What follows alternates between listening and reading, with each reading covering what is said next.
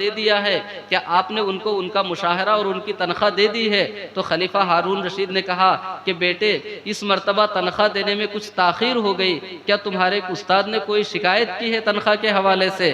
تو خلیفہ مامون رشید نے کہا ابا حضور میرے استاد نے تنخواہ کے حوالے سے کوئی شکایت نہیں کی، بس بات اتنی سی تھی کہ جب میں عبارت غلط پڑھا کرتا وہ دیکھ لیتے تو میں سمجھ لیتا کہ میں نے غلط عبارت پڑھی ہے تو میں درست کر لیا کرتا تھا، آج میں نے صحیح عبارت پڑھی اس کے باوجود انہوں نے مجھے غور سے دیکھا تو میں سمجھ لیا کہ عبارت کے اندر کوئی غلطی نہیں ہے، میرے پڑھنے میں کوئی کمی نہیں ہے، کمی اس بات میں ہے کہ قرآن جس مضمون کو بیان کر رہا ہے ہم اس مضمون کے مطابق عمل نہیں کر رہے ہیں۔ سبحان اللہ سبحان اللہ۔ کمی اس بات میں ہے کہ قرآن جو کہہ رہا ہے ہم اس مضمون کے مطابق عمل نہیں کر رہے ہیں۔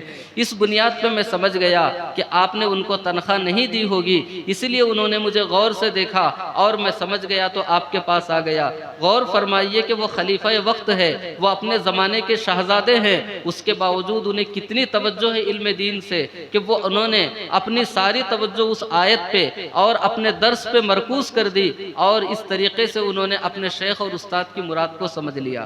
یہ اس زمانے کے لوگ تھے جو علم کے لیے اتنی محنت کیا کرتے تھے۔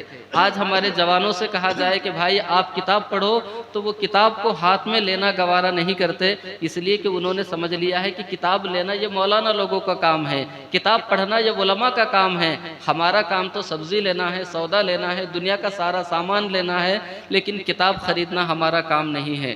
آپ کو میں بتاؤں کہ خلیفہ ہارون رشید نے یہ ایک لمبا سفر کیا تھا بغداد سے اسکندریہ کا، صرف موطا کا درس لینے کے لیے۔ قربان جائیے کہ بادشاہوں نے سفر کیا ہے ایک ایک کتاب کا درس لینے کے لیے، اور حضرت امام مالک رحمۃ اللہ علیہ جب کتاب موطا کو پڑھایا کرتے تھے تو دور دور سے لوگ آتے تھے، ان کی درسگاہ میں شریک ہو جایا کرتے تھے۔